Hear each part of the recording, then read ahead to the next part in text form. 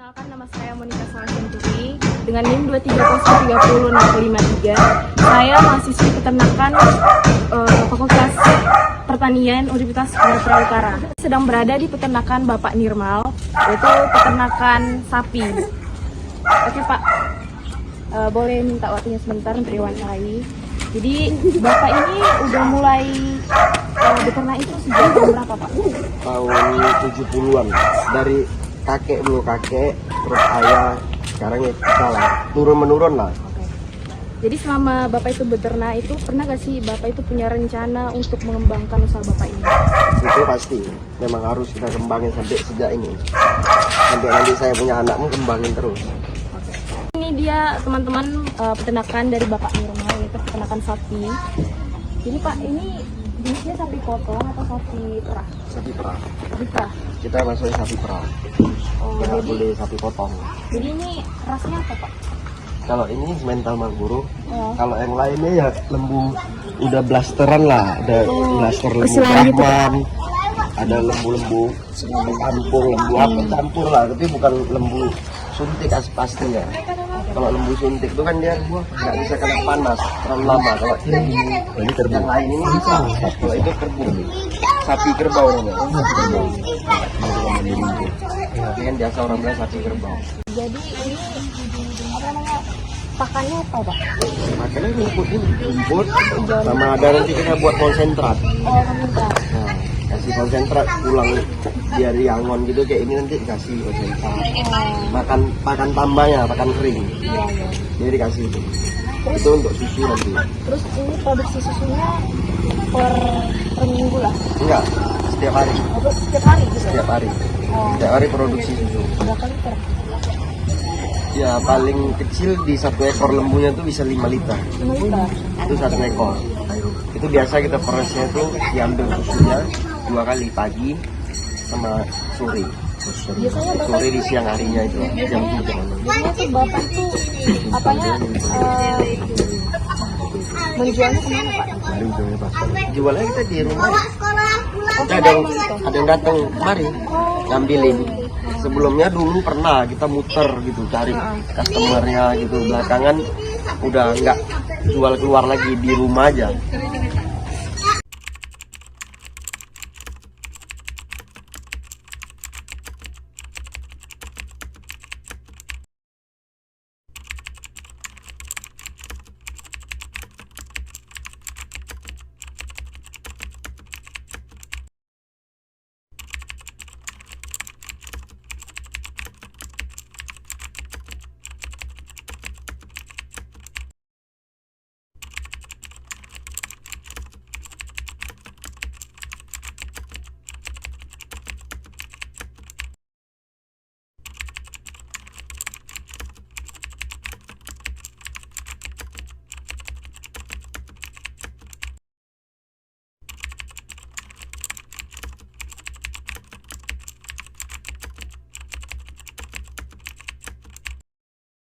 Terus Pak, apakah Bapak mempunyai kendala selama beternak?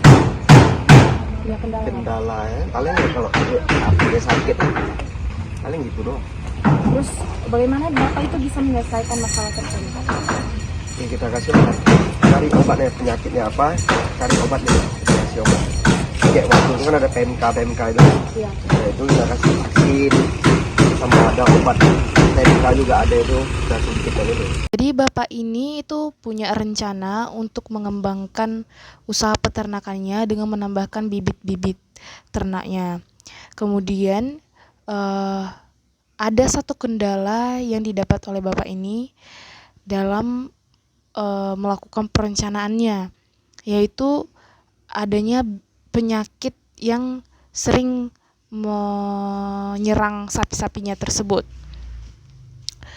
Tapi Bapak ini mempunyai solusi, yaitu dengan memberikan obat kepada sapi-sapinya supaya sapinya ini bisa sembuh. Menurut saya itu sudah baik, cuman agar lebih baik lagi, menurut saya Bapak ini harus memberikan vaksin terlebih dahulu kepada sapi-sapinya sebelum mendapatkan penyakit, supaya juga sapi-sapinya bisa terhindar dari berbagai penyakit tersebut. Kemudian yang saya lihat sapi-sapi dari Bapak ini itu tidak dipisah. Artinya sapi-sapinya ini ada dalam satu kandang. Menurut saya harusnya sapi-sapinya itu dipisah atau per satu kandangnya itu hanya ada satu sapi, agar si sapi-sapinya ini juga tidak ada persaingan dalam memakan pakannya tersebut.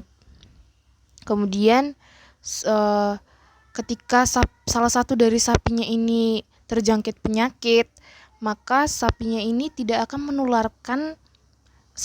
sakit ini tidak akan menularkan penyakitnya kepada sapi yang lain.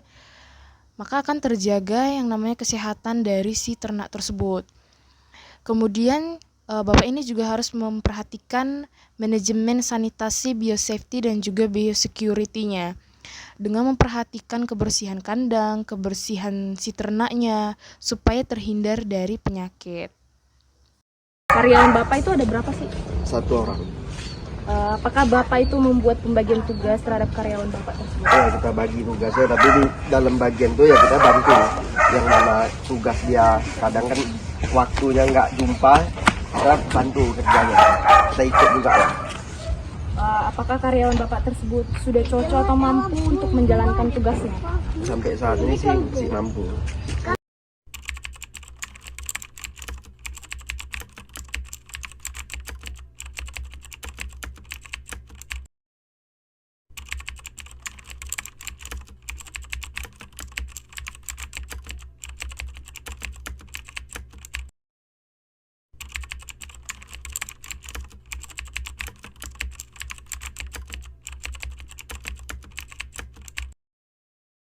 Pada bidang pengorganisasian, Bapak ini telah melakukan pembagian divisi untuk para pekerjanya, yaitu ada yang divisi dana, ada yang divisi pemasaran atau marketing, ada juga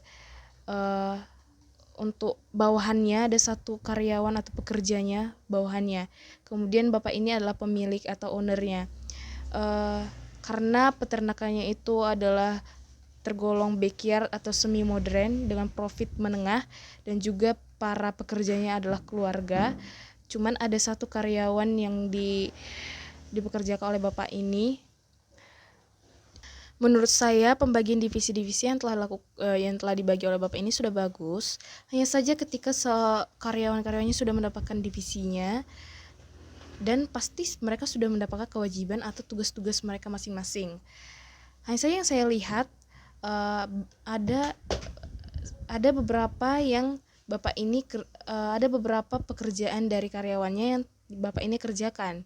Artinya setiap divisi-divisi tersebut tidak fokus dalam pekerjaannya saja. Ya, menurut saya harus fokus pada setiap kewajiban dan juga pekerjaannya pada setiap divisi. Supaya juga ketika karyawan-karyawannya melakukan pekerjaannya, mereka dapat berfokus dan melakukan pekerjaannya dengan optimal. Bagaimana sih Bapak itu dapat mengatur atau mengelola karyawan Bapak? Ya, ngaturnya ya gitulah, kita kasih tugasnya. Nanti yang dimana tugas dia itu belum selesai dia kerjain, kita bantu, atau nanti kita suruh dia cepat sedikit biar yang tugas lain tuh dia kerjain. Terus apakah Bapak itu punya kendala dalam mengatur atau mengelola pegawai Bapak itu? Ada, sedikit banyak ada lah. Cuman ya kalau dia kayak dia bilang dia capek bentar istirahat, kita biarin sebentar, habis itu lanjutin kerjanya. Cuman di belakang tuh tetap harus kontrol. Namanya kerja manusia masih ada capeknya. Sering gitu lah. Pada bidang pengolahan pegawai, Bapak ini itu kan hanya punya satu pegawai, itu anak buah, cuman hanya satu saja. Menurut saya, saran saya harusnya Bapak ini dapat menambah pegawai lagi, supaya Bapak ini juga tidak kewalahan dalam mengerjakan setiap tugas yang ada di peternakannya tersebut, supaya juga tujuan dari manajemen peternakannya itu dapat tercapai. Bagaimana Bapak bisa mengarahkan karyawan Bapak untuk melakukan pekerjaannya? Dengan kita kontrol, kita kan kontrol terus, ikut terus, kita perhatiin, kita lihat terus. Jadi ya nggak kita lepas lah gitu, kecuali dia jaga lembu, dilepas angon gitu lembu itu pun kadang pun kita ikut juga. Terus ikut. ada nggak sih Pak motivasi untuk ini ya pekerjanya supaya bisa lebih semangat juga? Ya harusnya dia ya kerja yang bagus aja lah, jangan yang namanya lingkungan kan nggak bener gitu ada aja kan. Gimana ya, kita kasih yang bagus, kasih arah, kasih nasihat supaya dia juga maju, jangan terus kerja juga kan, Iya, biar dia juga jadi bos juga kan, benar-benar. karena harus gitu, nggak selalu kita harus kerja. Dalam bidang pengarahan, Bapak ini sudah dapat mengarahkan karyawannya. Hanya saja menurut saya seharusnya Bapak ini harus bisa bersikap lebih tegas lagi kepada karyawannya supaya karyawannya juga bisa segan dan juga dapat melakukan pekerjaannya dengan cekatan. Bagaimana sih Bapak bisa mengawasi karyawan Bapak ketika bekerja? Ya kita ngawasinnya ya begitulah, kadang kita udah suruh dia kerja gitu, kita nanti datang lihat, kita perhatiin kerjanya yang belum selesai, kita suruh dia kerjain, kita bantu juga sedikit banyak, ada yang kita bantu lah. Pada bidang pengawasan, seharusnya Bapak ini harus melihat hasil kinerja dari setiap divisi-divisi yang telah ditentukan dalam pengorganisasian tadi. Sehingga ketika terjadi kerugian, Bapak ini dapat melihat faktor-faktor apa saja sih yang mempengaruhi kerugian tersebut. Misalnya satu divisi yang kinerjanya yang tidak bagus sehingga dapat mempengaruhi kerugian, peternakannya mengalami kerugian.